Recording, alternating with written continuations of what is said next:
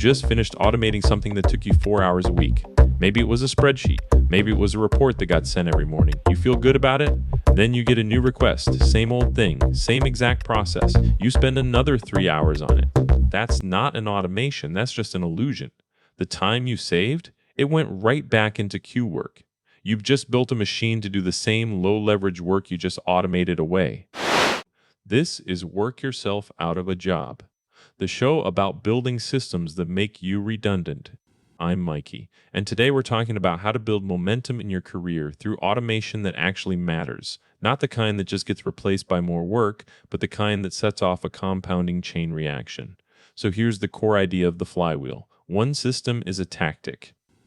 The pattern is a career. The first machine frees time.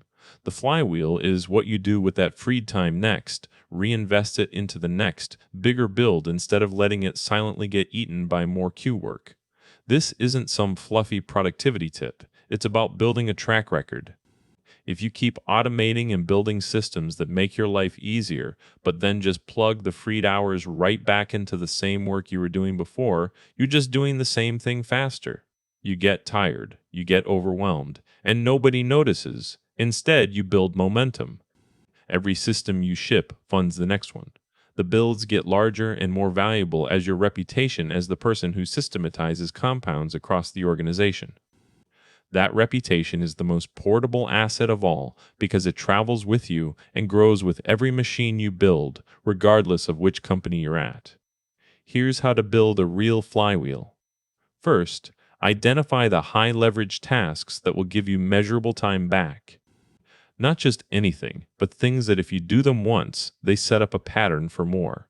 Then, after you ship your first machine, block build time on your calendar the same day you ship it, before the freed hours have a chance to get absorbed back into ordinary queue work. Because if you don't, it'll just refill with low-leverage stuff, and that's exactly what people do. Next, make sure each new system is bigger and more valuable than the one before. Each build should fund the next one, not just be another small task done faster. That's how momentum builds. And finally, protect your time. Don't let yourself get pulled back into the queue just because it's easy or convenient or because someone says they need something. You're building a pattern. It takes discipline to maintain that pattern when everything around you wants you to stop doing what you're doing. The biggest failure mode is letting freed capacity silently refill with the same low-leverage work you just automated away. If you don't defend the build time, the flywheel stalls within weeks. If you think automation is just about saving time, you're missing the point. You're not just making your job easier. You're building a career identity, becoming the person who systematizes chaos into infrastructure. That's what makes you indispensable. The one rule that matters: block build time on your calendar the same day you ship a machine, because if you don't, it's already gone. So, let's talk about why this is harder than it sounds. Most people think they built a flywheel when they've just finished a single automation. They haven't. The actual flywheel is a pattern of consistent investment in bigger systems. And that takes discipline, because once you automate something, it's easy to let the time slip back into the old way of doing things. The mistake people make is not understanding that systematization doesn't stop at one machine. It's a continuous cycle.